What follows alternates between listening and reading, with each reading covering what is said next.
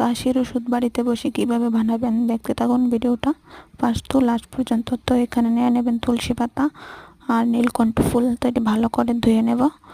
তো ধোয়ার পর এটিতে ছোট্ট বাচ্চাদের জন্য অনেক অনেক উপকারিতা হবে, আর বড়দেরকেও দিতে পারেন। তো এটা এই যে আমি একসঙ্গে এটাকে রস করে নেব, তুলসী পাতা আর নীলকণ্ঠ ফুলটাকে।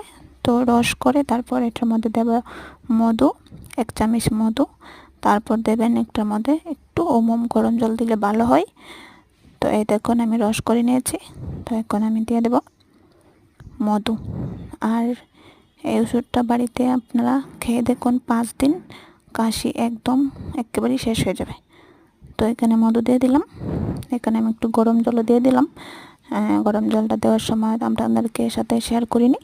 তো এই দেখুন আমার ওষুধটা রেডি হয়ে গেছে। ভালো থাকবেন।